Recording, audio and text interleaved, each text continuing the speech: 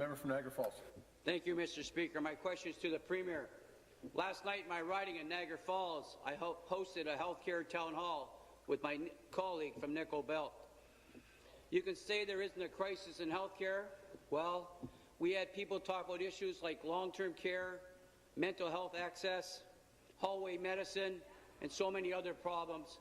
I can assure you there is a crisis. I'd like the Premier to respond to one story. One speaker told us about a young girl who is struggling to get mental health supports. The wait lists are so long that she finds herself going to the emergency department for help, only to be discharged back onto the wait list. Speaker, 12,000 young people, just like her, on wait lists for mental health support. With the resources we have in this province, how has the Premier and the Liberal government allowed this to happen to our young people? Well, Mr. Speaker, I am very sympathetic to, and I use the example of families with children who are looking for mental health supports all the time, Mr. Speaker. I recognize, and I think we all can recognize in this House, that as a society, Mr. Speaker, we have had to and do have to up our game in terms of supports for mental health. There have been wonderful campaigns in the last decade, Mr. Speaker, that have shone a light on mental health and have raised awareness of mental health. Bell Let's Talk is one of the examples of that, Mr. Speaker. And there are members in each one of our caucuses that have worked very, very hard in their own communities and across the province to raise awareness about mental health challenges. The reality is that 25 years ago, as a society, we didn't acknowledge mental health as much of a challenge as it is. So, Mr. Speaker, while we have been building in supports in school boards and in community services, Mr. Speaker, there's more that has to be done, and that's why we're putting billions of dollars into health care, into mental health care as part of our budget, Mr. Speaker.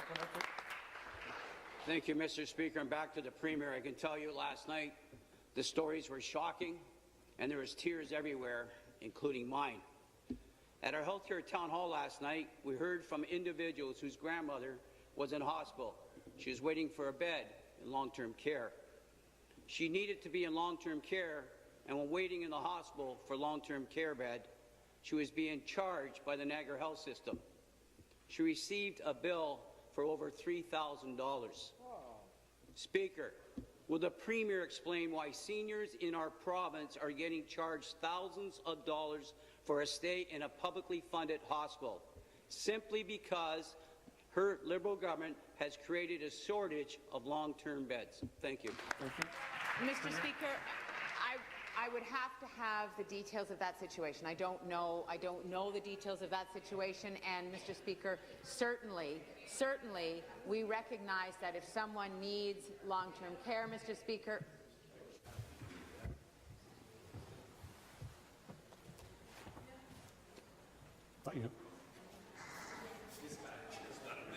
Write it down.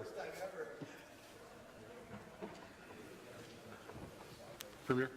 Then they have every right to get that care, Mr. Speaker. What we do know is that in Ontario right now, there is a range of supports that's needed. We are building more long-term care beds, Mr. Speaker. We're upgrading thousands. We're building 5,000 new and then 30,000 over the next 10 years, Mr. Speaker. We recognize that there is more that needs to be done, but there also are transition beds that are needed. We need to make sure that people get the home care that they need. There's a whole range of supports in which we are investing, Mr. Speaker, as part of our budget.